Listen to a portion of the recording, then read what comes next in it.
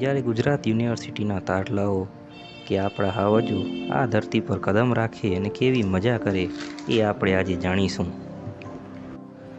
તો વાત છે ગુજરાત યુનિવર્સિટી દ્વારા આયોજિત ડેઝર્ટ કેમ્પની, ને આમાં પણ પહેલા દિવસની તો હાવજોનું ટોળું નીકળે છે કેમ્પની સાઇટ પર જવા માટે. સૌ પ્રથમ ચાનો પ્રોગ્રામ ગોઠવેલો હોય છે અને ચાની ચુસ્કી મારતા જ શરીરમાં ચુસ્તી આવે છે. અને આ ચુસ્તીથી આપણે ટેન્ટ લગાડવા માંડી ગયા છીએ આપણા ભાઈઓ બધા. ને જ્યાં ટેન્ટનું કામ પૂરું થાય ત્યાં તો ખબર નહીં આંબલીનું ક્યાંકથી ઝાડ દેખાયું ને બધા ચડી ગયા માથે આંબલી ખાવા માટે. અને એ પતાવી બપોરાનું સમય થઈ ગયું એટલે બધા જમવા બેસી ગયા. હવે અન્ન ગ્રહણ કરીને જ્ઞાન ગ્રહણ કરવાનો સમય હતો.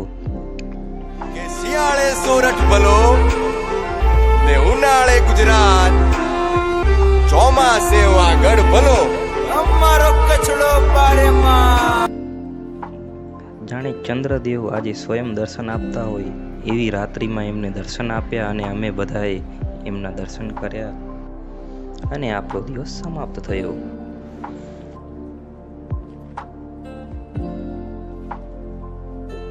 હવે આવે છે બીજો દિવસ, જ્યાં આપણા હાવજો કચ્છની ધરા પર ડેઝર્ટ સફારી કરવા નીકળે છે.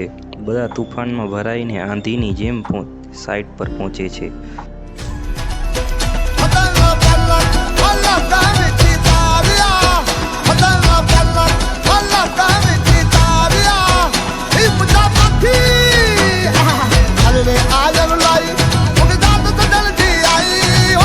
અને હવે હાવજો પહોંચે નો સિગ્નલ ઝોનમાં. જતા જ ઘુડખરનો ઝુંડ જોવા મળે છે અને પછી આગળ વધતા મીઠાના ગામડા જોયા. અગરિયા સાથે થોડી વાતચીત કરી પછી જમીન જોવા માટે થોડો ખાડો ખોદ્યો અને ત્યાંનું કુદરતી દ્રશ્ય માણ્યું.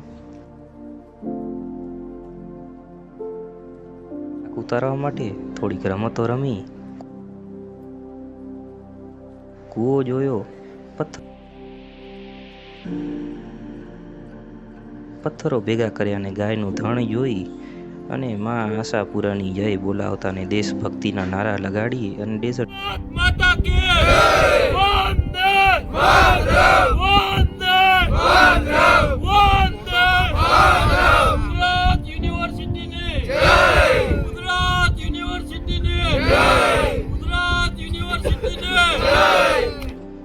ને પછી બધા હાવજો કેમ્પ સાઇટ પાછા ફરી અને વી.કે. ચાવડા સર પાસે રણ વિશેની માહિતી પ્રાપ્ત કરી.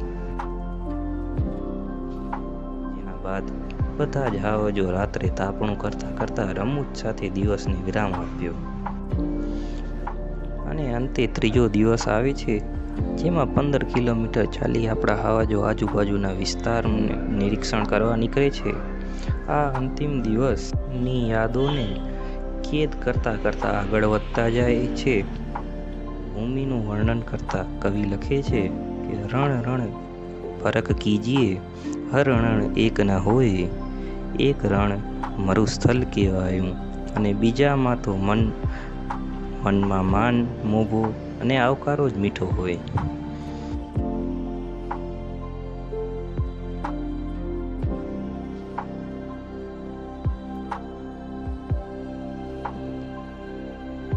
સન્માન સમારોહની તૈયારી કરવા અને સમાપન સમારોહ માટે થોડીક પ્રોગ્રામની તૈયારી કરવા માટે હવે મંડી પડે છે. અને હવે સમાપન સમારોહની ઘડી આવે છે, જ્યાં આરએફઓ સાહેબને માન સન્માનથી લાયા બાદ એમનું સ્વાગત કરવામાં આવે છે. જેના બાદ તેઓ પોતાનું બોધિક આપે છે. જે બાદ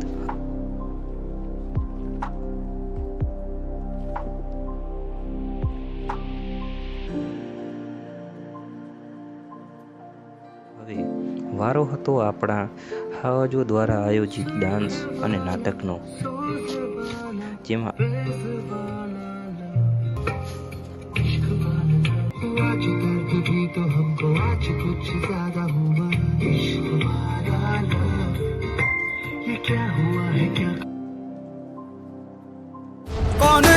कौन है वो, कहाँ से वो आया, चारों दिशाओं में तेज सा वो छाया, उसकी भुजाएं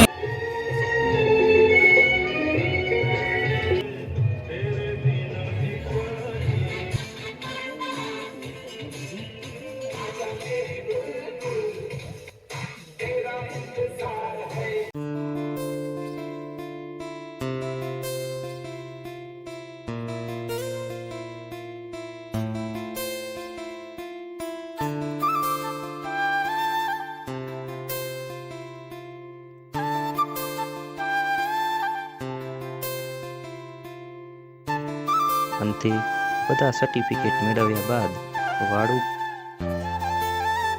કરવા પહોંચે છે અને વાળું કર્યા બાદ ભૂગી ભૂગી કરો આ બધું આવું છે આ થંદર મારો અડધો આત્મા હલાવ હલાવ કરો અરે હલાવ હલાવ કરો અરે ગોળ ગોળ કરો